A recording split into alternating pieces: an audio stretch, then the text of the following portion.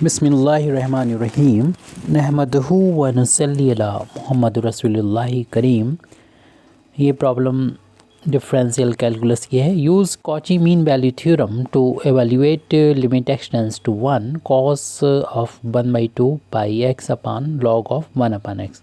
इस लिमिट की value find करना है, जो कई मेथड से फाइंड की जा सकती है, लेकिन हमें यहाँ पर कॉची मीन वैल्यू थ्योरम ही फाइंड करना है, यानी एक अलग तरीके से फाइंड करना। सिंपल सा क्वेश्चन होता तो हम जो पहले पूछा गया था वह तभी बता देते। ये बड़ा ही उल्टा सीधा टेढ़ा बेढ़ा क्वेश्चन होता है, सिंपल नहीं होता है। यानी पहले एक बार अगर हमने नहीं सॉल्व किया कभी, तो मेरा माइंड तो उसे इसे प्रूव करना इस थ्योरम के यूज़ से बहुत ही मुश्किल पड़ेगा, तो इसलिए हमने छोड़ दिया था। लेकिन दोबारा से पूछा गया तो हमें बताना होगा कॉची मीन थ्योरम का यूज़ करते हुए इस लिमिट को फाइंड करना। हालांकि सॉल्यूशन भी भेजा गया था, तो उसी की बेस पर हम यहाँ पर इसको लगा देते हैं। और एक ही यही मेथड भी है कि कॉची मीन वैल्यू थ्योरम क्या होता है। वहाँ पर दो फंक्शन होते हैं, दोनों ही फंक्शन कॉन्टीन्यूअस होते हैं क्लोज इंटरवल ए बी में। तब हम जानते हैं from Cauchy mean value theorem, Cauchy is mean value theorem, हम जानते हैं एफ बी, दो फंक्शन एफ एक्स और फाई एक्स है, F B minus F A upon, दूसरा हमने फाई ले लिया, phi B minus phi A, जो इसकी वैल्यू होती है वो इक्वल होती है एफ डैश, यानी derivative of F at point C upon phi dash at C, ये वैल्यू होती है। और यहाँ पर हम लोग जानते हैं कि जिसमें ये फंक्शन डिफाइन है इंटरवल ए बी, तो ये सी पॉइंट जो यहाँ पर दिख रहा है वो ए से तो बड़ा होता है, बी से छोटा है, यानी जो सी पॉइंट होता है वो ओपन इंटरवल ए बी में होता है।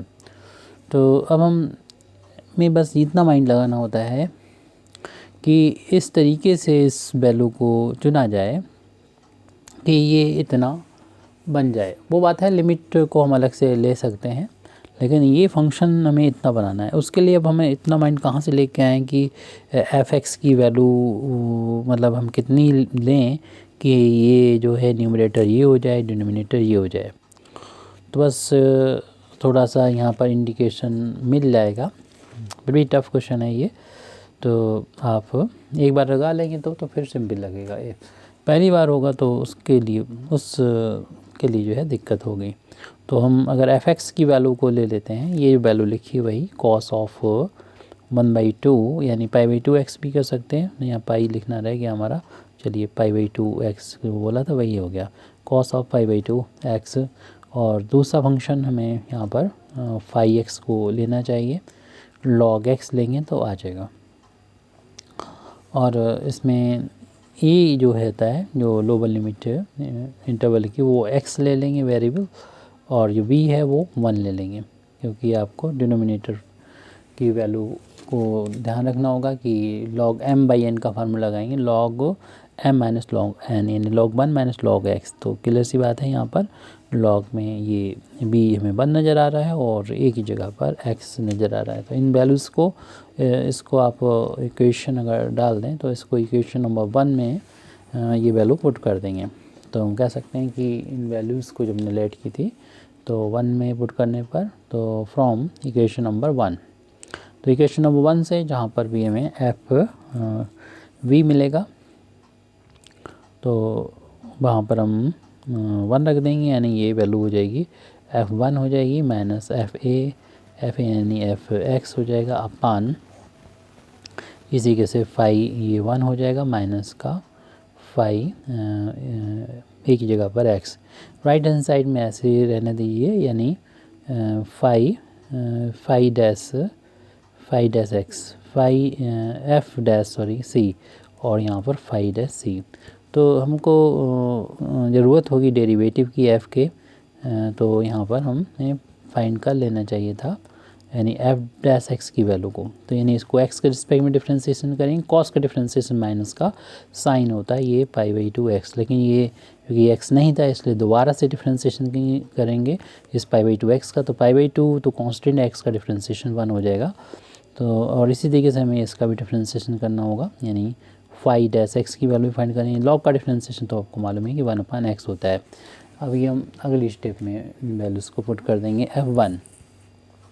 तो जहाँ पर भी नज़र आएगा आपको x की जगह पर, यही नज़र आ रहा है, x की जगह पर आपको 1 रखना होगा जहाँ x पर नज़र आ रहा है। तो ये वैल्यू हो जाएगी cos π/2 इंटू 1 माइनस x का मतलब तो यही वैल्यू नोट कर लें, cos ऑफ π/2 x। ये वैल्यू की हमें ज़रूरत भी है, प्रूफ में करना है। फाई में देखें लॉग, ये अगर यहाँ पर x है तो देख रहे हैं यहाँ पर x है, अगर में 1 है, फाई 1 है तो फाई 1 की वैल्यू हो जाएगी लॉग को 1 हो जाएगी, माइनस फाई x की वैल्यू तो एज इट नोट करना है, यानी लॉग को ये लॉग x हो जाएगी। राइट हैंड साइड में यहाँ पर हम एफ डैश, यहाँ पर देखिए में एफ डैश में x है तो इधर x है, अगर यहाँ c है ये लिखा हुआ तो इधर c आ जाएगा, यानी π/2 को पहले लिख दें, माइनस पहले से था ही ये यहाँ पर, और यहाँ पर साइन ऑफ जहाँ पर भी हमको नज़र आएगा x वहाँ पर ये वैल्यू c पुट कर देंगे, क्योंकि ये एफ डैश c की वैल्यू है और फाई डैश c की वैल्यू फाइंड करना है। तो यहाँ x है तो इधर x है, c रखेंगे तो ये c हो जाएगा, यानी ये वैल्यू 1/c बन जाएगी। अब log 1 की वैल्यू हम लोग जानते हैं 0 होती है, ये रख देंगे, और cos π/2 है, ये cos π/2 की वैल्यू 0 होती है। 0 माइनस cos ऑफ π/2x और अपान में ये 0 माइनस का इसमें हम जैसे चूँकि जो प्रूव करना है उस तरीके से भी लिख सकते हैं, तो आप माइनस 0 इसकी वैल्यू ना रखें, इसमें log m minus log m का फार्मूला भी लगा सकते हैं, वो ज़्यादा बेहतर रहेगा। तो log ऑफ इसे कह सकते हैं, जो प्लस वाला है तो उसे न्यूमरेटर में रखेंगे, माइनस वाले को डिनोमिनेटर में, क्योंकि जैसा प्रूव करना उस तरीके से हमें लेके आना है।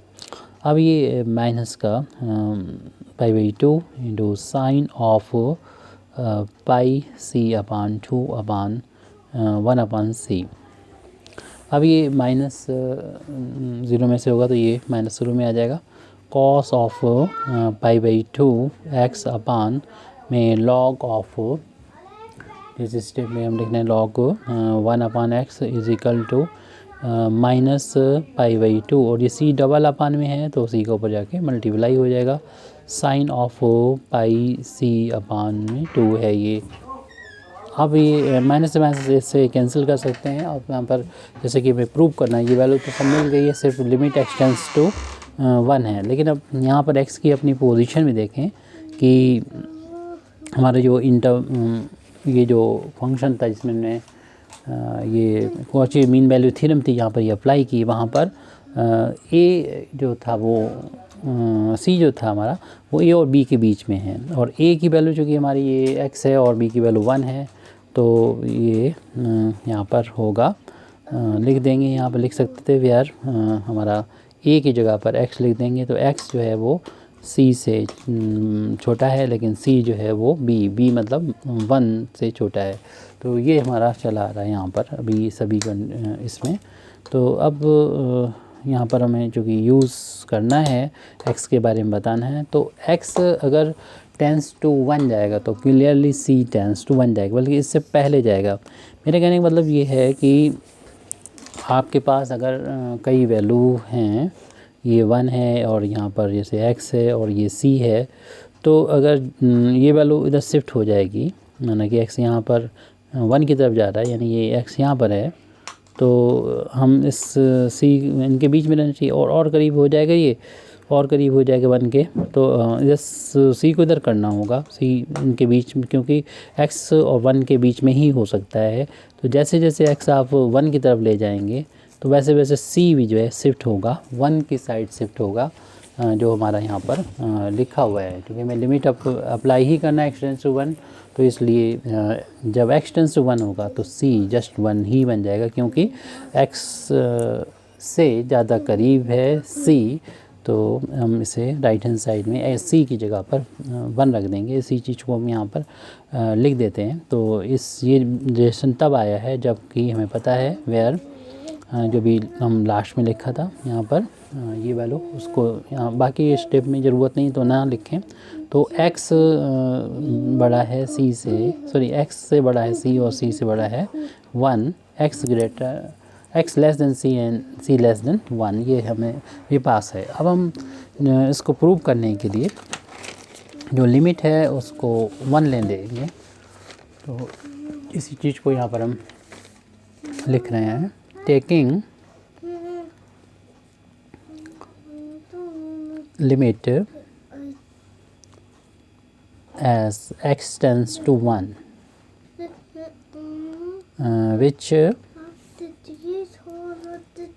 implies that c भी देख रहे हैं कि 1 के करीब हो जाएगा, c tends to 1 हो जाएगा। दोनों तरफ जो भी लास्ट जो रिज़ल्ट हमारा आया था उसमें लिमिट हम यहाँ पर x tends to 1 अप्लाई कर रहे हैं। तो माइनस टू कैंसिल हो गया था, न्यूमरेटर में था कॉस ऑफ हमारा π/2 x था और डिनोमिनेटर में हमारा log ऑफ 1/x था। राइट हैंड साइड में यहाँ पर जहाँ पर भी आपको मिलेगा, तो ये मिला है π/2 इंटू सी, π/2 इंटू सी की वैल्यू 1 रखना है और साइन ऑफ है यहाँ पर ये πc की वैल्यू 1 रखना अपान में 2।